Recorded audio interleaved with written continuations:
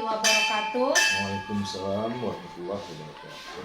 Pertama sekali saya ingin mengucapkan terima kasih kepada Bapak, di mana pada pagi hari ini sudah meluangkan waktu kepada saya dan kesempatan untuk wawancara terkait saya melengkapi tugas di LMS selaku calon guru penggerak modul 3.1 dengan materi pengambilan keputusan berdasarkan nilai-nilai kebajikan sebagai pemimpin, Pak.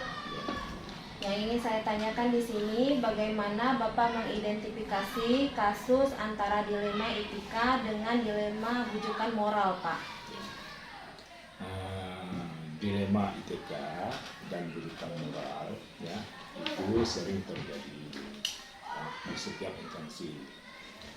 Jadi sebelum kita saya perlu beri sedikit penjelasan apa itu dilema etika. Dilema etika itu adalah kasus di mana ada dua kasus yang punya dua kepentingan, yang mana kepentingan itu di pihak pertama benar, di pihak kedua juga benar, ya. Kalau rujukan moral itu, ya, ada kasus di mana ada kepentingan dia ingin mencari sesuatu kebenaran, ya. Dia kasus benar itu kadang-kadang salah ambil keputusan, atau sebaliknya kasusnya salah, mengambil keputusannya udah kadang-kadang salah tambah salah atau benar gitu, dan kebalikannya. Berarti dilema etika benar lawan benar, rujukan moral benar lawan salah, Pak, ya, atau sebaliknya. Oke, selanjutnya menjalankan pengambilan keputusan di sekolah, bagaimana Bapak terapkan, terutama untuk kasus di mana nilai-nilai kebajikan itu harus dikembangkan atau dapat menyelesaikan dilema etika tadi, Pak. Jadi setiap ada kasus dilema etika, ya. Yang pertama itu biasanya kalau di sekolah itu kan antara dua guru atau dua personil, ya, yang sama-sama benar tapi punya satu kepentingan, jadi sehingga kita kan harus mengambil satu keputusan. Jadi yang saya lakukan, yang pertama saya memanggil pihak pertama, saya gali informasi sama dia, ya. Terus yang pihak kedua juga saya panggil, saya gali informasi. Setelah itu saya coba lagi gali informasi, ya, sama kawan-kawan yang kawan-kawan sejawat, supaya nanti waktu kita ambil keputusan, ya, kita buat suatu kesimpulan tidak salah. Dengan mengambil identifikasi dari pihak pertama dan kedua, kemudian Bapak mengumpulkan fakta-fakta, ya, Pak. Langkah-langkah atau prosedur seperti apa yang biasa Bapak lakukan selama ini dalam menghadapi kasus dilema etika, Pak? Karena itu bukan kasus yang riskan, ya. Jadi kesimpulan waktu kita ambil suatu keputusan itu kan jangan salah. Sehingga langkah yang saya buat itu, saya membuat rapat, ya, dengan para unsur lingkungan sekolah, ya, guru TU, ya. Kita coba bahas bersama. Kita bahas kasus yang si A, terus kita bahas kasus B, terus kita ambil pendapat saran kawan, sehingga waktu kita ambil satu keputusan, ya, keputusan itu di mana tidak memberat sebelah, ya. Jadi kedua pihak itu menerima dengan hati yang lapang, ya, tidak keberatan. Karena kenapa? Karena kita sudah jelaskan, ya, dan kawan-kawan sudah memberi penjelasan, mendukung suatu keputusan kita, ya. Itu yang saya lakukan. Dengan teknik rapat, ya, Pak, ya, musyawarah untuk mengambil saran-saran dan kemudian Bapak mengambil keputusan, ya, Pak. Selanjutnya, hal apa saja yang selama ini yang Bapak anggap efektif dalam pengambilan keputusan dilema etika, Pak? Ya, yang efektif itulah segala sesuatu itu harus diputuskan dengan rapat dengan musyawarah. Itu yang efektif, ya. Jadi nggak sendiri Pak tidak ya? sendiri. Tetap semua itu kan masalah yang ada di lingkungan kerja itu. Kalau di sini kita di sekolah, ya, semua itu kan harus ada apa kata sepakat dari para apa kolega ya, daripada dewan guru, ya. Tidak boleh kita ambil apa sikap sendiri, ya, harus sikap bersama. Jadi tetap intinya musyawarah. Jadi Kita berapat. dalam menjalankan itu Pak, ada nggak tantangan, hambatan Bapak dalam pengambilan keputusan? Ada. Ya, setiap masalah itu kan punya apa masalah tantangan itu kan sesuatu apa ada itu namanya tantangan ya. Jadi tantangan itu ya sebelum kita tangani itu memang ada rasa bagaimana kita menyelesaikan, bagaimana cara kita mengambil suatu keputusan. Karena di sini yang kita lakukan kerjasama ya, sehingga apa namanya tantangan itu bisa hilang karena sudah keputusan bersama, ya, tanggung jawab bersama. Jadi dihadapi bersama ya Pak Dihadapi bersama. tantangannya Pak ya. Selanjutnya Pak, dalam penyelesaian sebuah kasus dalam spesialnya di etika tadi Pak, apa Bapak langsung menyelesaikannya di situ atau Bapak menyusun jadwal tertentu khusus untuk penyelesaian masalah Pak? Ya masalah itu ada yang kadang-kadang harus kita sikapi secepatnya, ada juga masalah yang kadang-kadang ya perlu waktu.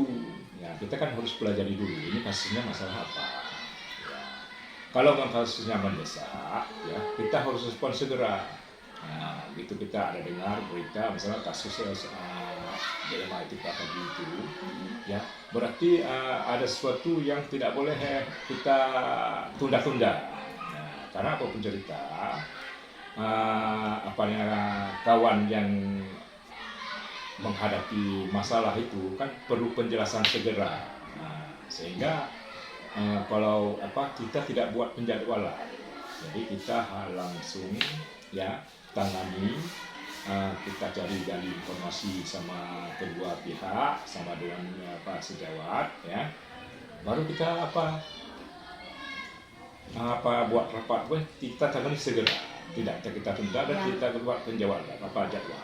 Yang urgent langsung ditangani, tapi yang membutuhkan waktu dibuat jadwal ulang Pak ya. Oke, jadi selama ini faktor apa saja yang membantu mendukung Bapak mengambil keputusan? Jadi gini, segala sesuatu itu ya kalau kita buat musyawarah ya, mudah jadi yang mendukung saya dalam itulah keputusan bersama, itulah hasil rapatnya itu ya. Jadi yang membantu saya setiap ada kasus itu ya selalu teman-teman proaktif mau bekerja sama.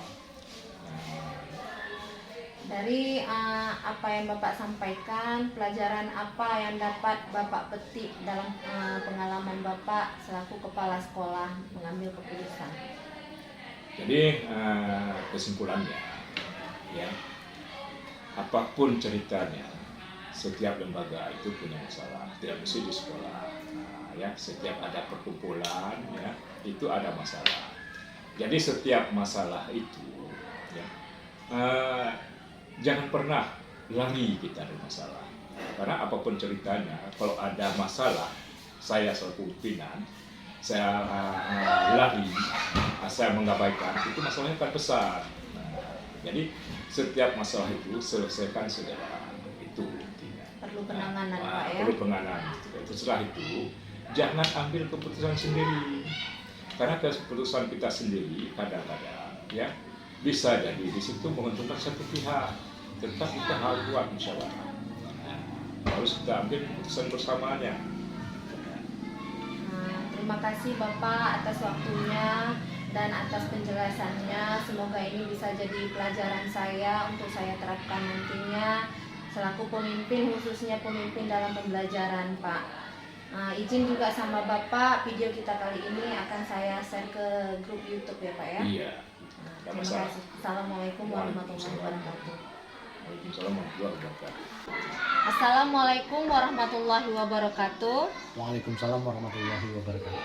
Perkenalkan, nama saya Khairani Hasibuan. Saya merupakan calon guru penggerak Angkatan 8 Kabupaten Aceh Timur yang bertempat tugas di SMP 4 Ranto Perlak.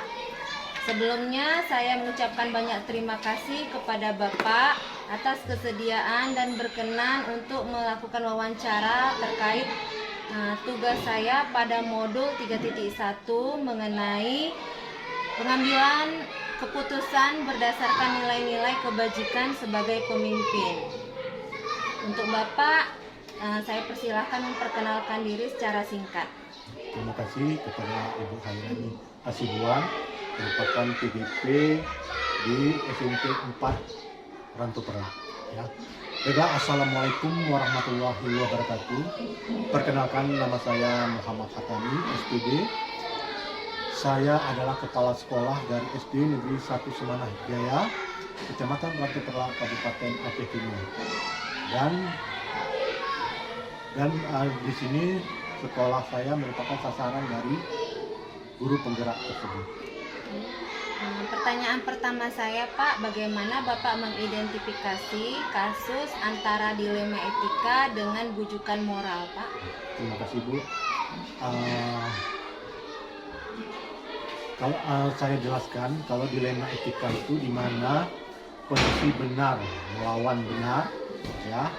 Misalnya suatu kasus di mana ada guru luar masuk ke sekolah kita, tetapi di satu sisi lain ada guru kita itu dia sudah lama berbakti. Jadi bagaimana caranya supaya yang satu tidak dirugikan dan satu juga tidak dirugikan, ya. Kemudian yang bujukan moral tadi, di mana kondisi benar lawan salah, ya. Jadi yang satu sisi benar dan yang satu salah. Jadi mungkin ya namanya juga ada permasalahan ini kan sering terjadi di mana-mana kita bilang ya. Tapi itu bisa juga merugikan ya, satu di sisi satu benar dan satu rugi.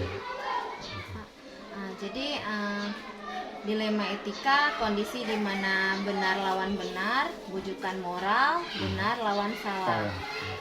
Selama ini bagaimana Bapak menjalankan pengambilan keputusan di sekolah, terutama yang kondisinya benar dan benar Pak? Tidak ada nilai kebajikan universal yang dilanggar Pak. Baiklah, terima kasih Bu. Ya.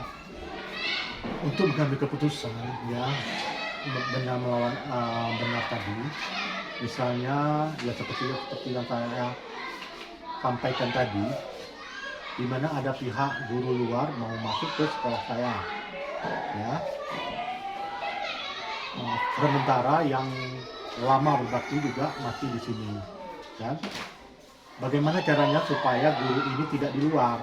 Ya, kebetulan di sini di sekolah saya ini ada 12 rombongan, ya, 12 rombongan belajar. Jadi mungkin masih ada beberapa guru yang sudah, maksudnya sudah linier dengan pelajarannya itu. Sementara ada pihak luar masuk kemarin. Ya. Jadi mungkin kalau misalnya ada pihak dari luar tetap kami terima dan kami kan memberikan jamnya. Kemudian yang lama tadi kami lihat juga memungkinkan nggak dia mendapatkan jam di sekolah itu. Kalau memungkinkan tetap kami terima. Dengan kata lain Bapak mengutamakan dulu yang baru datang, iya, karena sesuai aturan PNS harus ada jam pelajaran sekian jam, iya. Dan sisanya kemudian akan diserahkan tetap kepada guru yang berbakti selama ini Pak ya. Langkah-langkah atau prosedur bagaimana yang Bapak selama ini terapkan dalam penyelesaian masalah dilema etika tersebut Pak? Kami mengumpulkan seluruh dewan guru bersekolah dan saya akan menyampaikan kepada Dewan Guru bahwa ada guru luar yang mau masuk ke sekolah kita. Itu bagaimana? Nah, jadi biar kita tidak merasa bagaimana kami ada jam nggak ataupun bagaimana. Jadi dengan di situ kami memanggil semua guru, memberikan penjelasan kepada guru-guru tersebut. Dengan kata lain, nanti kalau seandainya ini memungkinkan nanti ada jam di sekolah itu ya tetap kami pakai. Jadi Bapak memanggil guru-guru lain bermusyawarah dan menyampaikan Bapak ya kepada guru-guru lain bahwasannya akan ada guru baru yang masuk. Dan ini juga nanti saya panggil juga komite sekolah untuk lebih lebih cepat permasalahan ini. Biar nggak ada yang dirugikan saja. Selama ini hal-hal apa saja yang Bapak anggap efektif dalam pengambilan keputusan tersebut, Pak? Yang efektif tadi ya pertama tadi ya bermusyawarah dengan guru-guru, apa yang ada kendala dengan guru-guru, langsung ditanggapi terus dan langsung diselesaikan ya. Musyawarah, Bapak menanggapi, minta saran dan menyelesaikan masalah Bapak ya. Selanjutnya Pak, dalam pengambilan keputusan, apakah ada tantangan yang selama ini Bapak buat di sekolah dalam menghadapi dilema etika ini, Pak? Kalau tantangan tadi, ya itu tadi, misalnya jam pembelajarannya kurang di sekolah tersebut. Nah, itu jadi pembelajaran bagi saya, permasalahan bagi saya, bagaimana supaya guru tersebut tetap mengajar di sekolah saya. Apakah saya kasih jam yang lebih, maksudnya yang ada sisa-sisa jam lain gitu. Jadi tantangannya hanya seputar kalau misalnya kasus tadi pembagian jamnya Pak ya. Iya. Bapak, apakah Bapak memiliki sebuah tata kelola jadwal atau langsung menyelesaikan permasalahan itu jika menghadapi kasus dilema etika Pak? Untuk tata kelola ini maksudnya ya saya kasih jadwal satu hari ya untuk bagaimana menyusun permasalahan ini nanti biar cepat selesai. Jadi ya itu tadi kita panggilkan guru-guru yang bersangkutan tadi, ya, kita panggil dulu guru yang lebih senior lah kita bilang ya untuk bertukar pikiran. Kemudian nanti setelah itu baru kita panggil guru-guru yang lain, baru kita bermusyawarah. Nah, berarti Bapak menyediakan waktu khusus ya Pak ya, karena melibatkan stakeholder yang lain Pak ya, dan meminta saran kepada yang lain. Faktor-faktor apa saja yang membantu Bapak dalam pengambilan keputusan? Apakah atau ada siapa saja yang mendukung Bapak dalam pengambilan keputusan? Ya faktor-faktor tadi yang pertama ya banyak guru-guru tadi kan, guru-guru tadi itu sama dengan senior, kemudian guru-guru yang lain juga, kemudian kalau memang perlu dilibatkan komite ya komite, kalau memang nggak perlu ya nggak perlu juga ya. Nah, kemudian juga kalau misalnya ada kasus, kalau misalnya ada dari siswa kita panggil orang tua siswa yang terlibat, ya pastinya yang mendukung yang terlibat dalam kasus tersebut. Benar Pak ya, sekali. memang biasanya selalu mendukung keputusan Bapak ya. Terakhir ini Pak, dari selama ini pengalaman Bapak mengambil keputusan, adakah pelajaran yang Bapak dapat petik dalam hal tersebut? Pengalaman saya dalam mengambil keputusan ya yang namanya kita di sekolah ini ataupun dimanapun kita berada, kita selalu ada permasalahan ya, tergantung kita menyikapinya bagaimana kasus itu biar cepat selesai ataupun tidak ya. Jadi alhamdulillah selama ini jika ada permasalahan ataupun kasus yang sudah ada ya langsung kami beri tindakan, kami berikan kompromi sama guru-guru tersebut, beserta orang tua juga kalau perlu dilibatkan, komite juga, supaya lebih cepat selesainya. Itu saja. Maksudnya permasalahan itu jangan sampai berlarut-larut, ya, biar kita selesaikan terus. Jadi Bapak kalau ada masalah memang langsung menyelesaikannya Pak ya, dengan yang terlibat dalam permasalahan tersebut. Tapi tidak lupa juga meminta saran-saran dari guru-guru yang sudah senior di sini Pak ya. Baiklah Pak, saya ucapkan terima kasih banyak. Semoga ini menjadi pembelajaran saya ke depannya. Semoga bisa saya terapkan, terutama dalam sebagai pemimpin dalam pembelajaran Pak ya. Saya mohon izin dan minta izin juga kepada Bapak. Ini akan saya masukkan ke dalam channel YouTube Pak. Terima kasih kepada Ibu Hairani Hasibuan yang sudah berkunjung di sekolah kami. Ya, mungkin kami juga banyak belajar juga dari Ibu Hairani, bisa bertukar pikiran ataupun bisa memberi solusi ataupun saran-saran dari sekolah kami. Dan kami juga mengucapkan maaf mungkin ada kekurangan dari sekolah saya, dan terima kasih yang sebesar-besarnya kepada Sama-sama Pak, terima kasih juga udah mau sharing sama saya. Assalamualaikum Waalaikumsalam warahmatullahi wabarakatuh.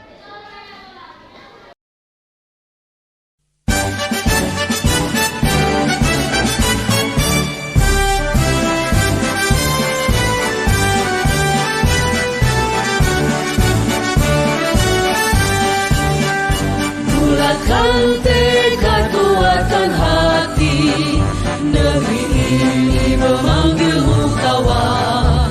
Belajar bergerak berbagi untuk negeri, guru penggerak majukan pendidikan. Guru penggerak menghamba pada murid, kreatif rancang pembelajaran. Hargai potensi, tingkatkan prestasi, lahirkan profil pelajar Pancasila.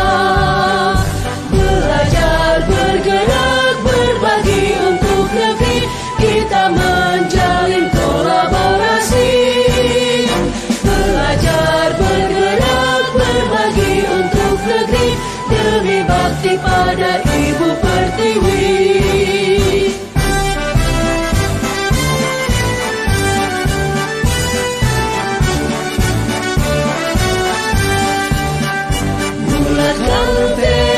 Kuatkan hati, negeri ini memanggilmu kawan. Belajar bergerak berbagi untuk negeri, guru penggerak majukan pendidikan. Guru penggerak menghamba pada murid, kreatif rancang pembelajaran. Hargai potensi, tingkatkan prestasi, lahirkan profil pelajar Pancasila. Belajar bergerak berbagi untuk negeri, kita menjalin kolaborasi. Belajar bergerak berbagi untuk negeri, demi bakti pada Ibu Pertiwi. Belajar bergerak berbagi untuk negeri, kita menjalin kolaborasi. Belajar bergerak berbagi untuk negeri, demi bakti pada Ibu Pertiwi. Demi bakti pada Ibu Pertiwi.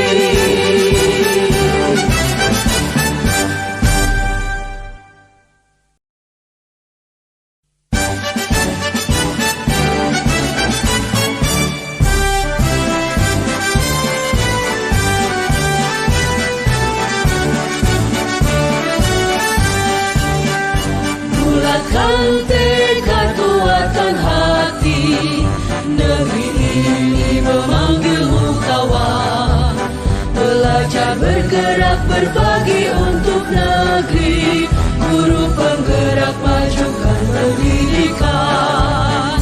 Guru penggerak menghamba pada murid, kreatif rancang pembelajaran. Hargai potensi, tingkatkan